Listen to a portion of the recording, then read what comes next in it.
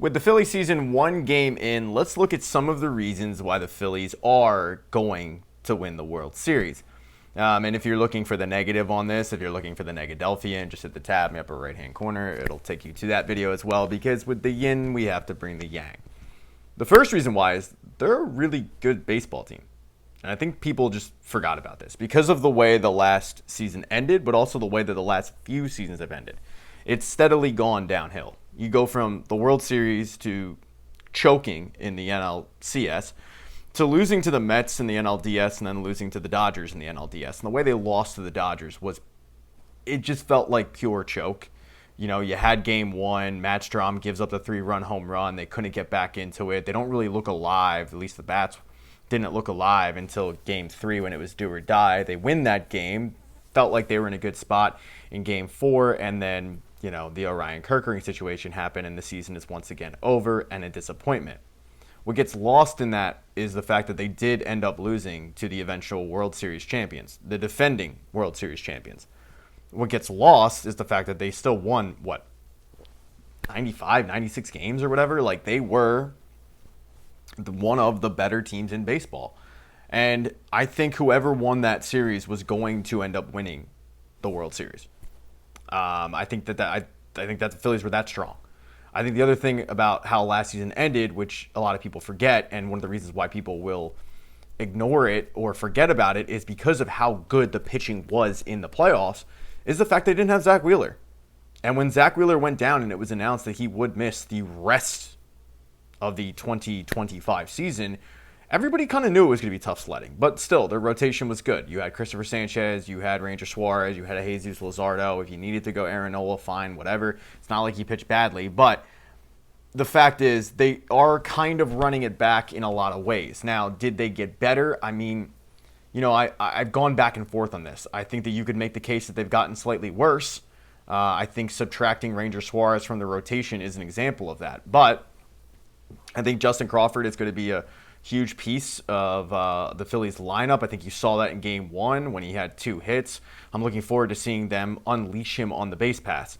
And that's, I guess, the number 2 reason we'll go into is the youth movement of Justin Crawford and Andrew Painter. You finally get a look at Andrew Painter in the rotation. It feels like we've been waiting, 17 years for this, but in reality, it's been 3. They basically punted 2 years of his career because of the situation with Tommy John. Everybody knew he had to have it. For whatever reason, the Phillies, and it's partly in the Phillies, but also a huge part on Andrew Painter's camp to not recognize that if you can't get through a 25-pitch, flat ground throwing session, hey, maybe you're going to need Tommy John. Maybe we shouldn't punt this entire season. Maybe we're creeping into the next season. Oh shit, we are. We just wasted 2 years of this guy's career. But finally, you get to see him in the major leagues. You get to see Justin Crawford, who had nothing left to prove last year in AAA. You could have made an easy case that he really should have been up last year. And I would have listened to it, no doubt. I made the contention, though, that bringing Justin Crawford up to get his feet wet in the middle of a playoff push was not the right move. You have a rookie coming in who doesn't know any better, and now you're asking big things of him. I had no problem with them going out and getting Harrison Bader the way they did.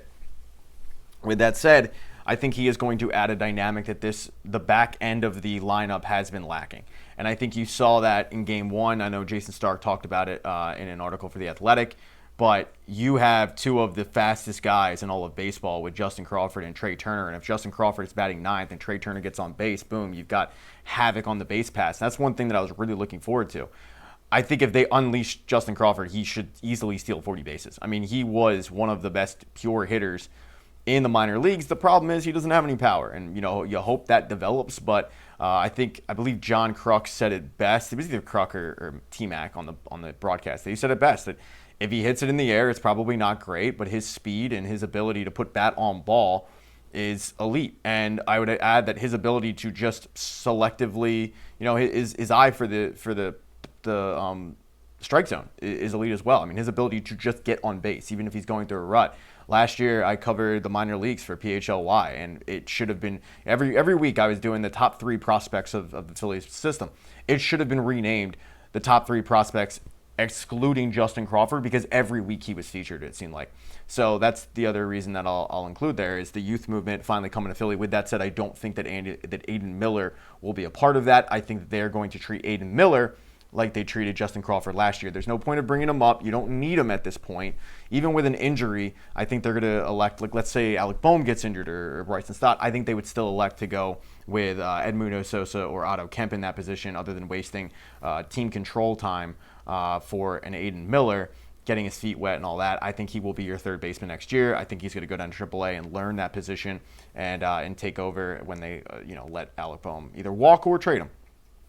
The third reason is because this is only the second time in manager Rob Thompson's tenure that he has had a legitimate closer. And it is a breath of fresh air that we are not doing this bullshit closer by committee thing. That you are going into a season knowing full well who is closing out the ninth inning. You don't need to think about it. You don't have guys second guessing what role they have. Am I pitching today? Am I pitching tomorrow? The one thing about baseball players, and every former major league player will tell you this, baseball players are creatures of habit. Like, unbelievably creatures of habit.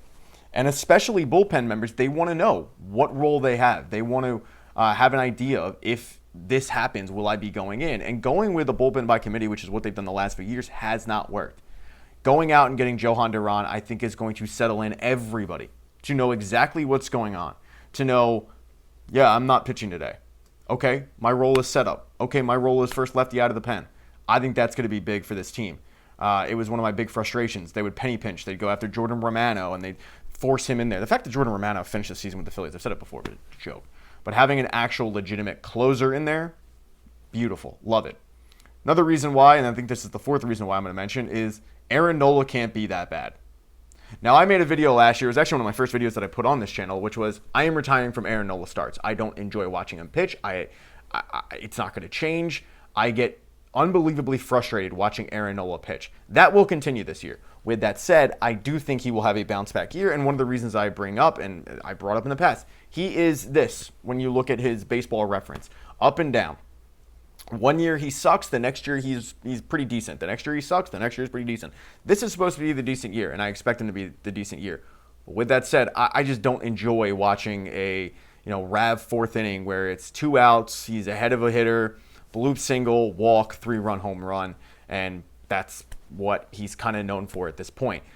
I don't think he's going to be a 6 ERA bad pitcher.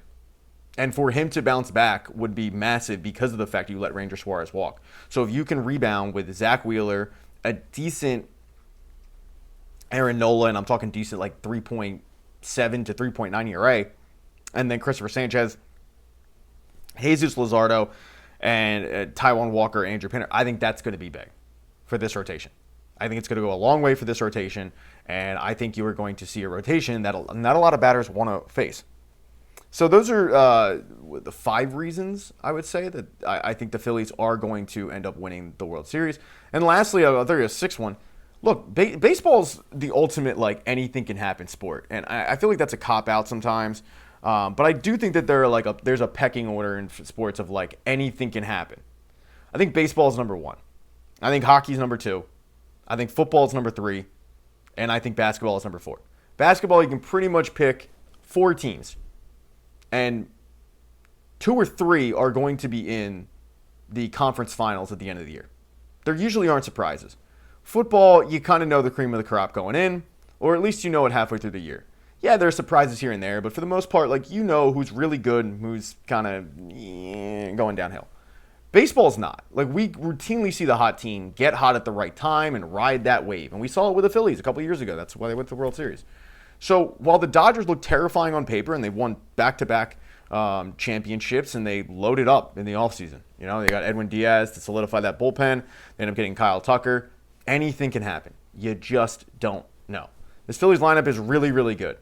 I expect them to win close to 90 to 100 games again.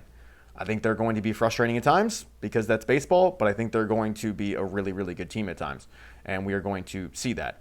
I think it could be a bounce-back year for Bryce Harper. I didn't mention that because you just never know. But the fact is they ran it back with a team that is really good, and because of that, I think that, yeah, they should be considered one of the favorites to win the World Series. Not the favorite, but one of the favorites, and those are the reasons why. Once again, if you are looking for the negative and the reasons why they won't, then the end screen video will take care of that.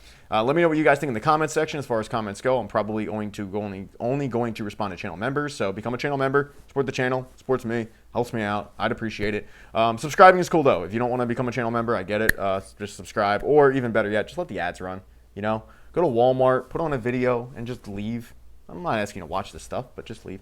Thumbs up, thumbs down. You guys know where that is. And as always, go Phillies.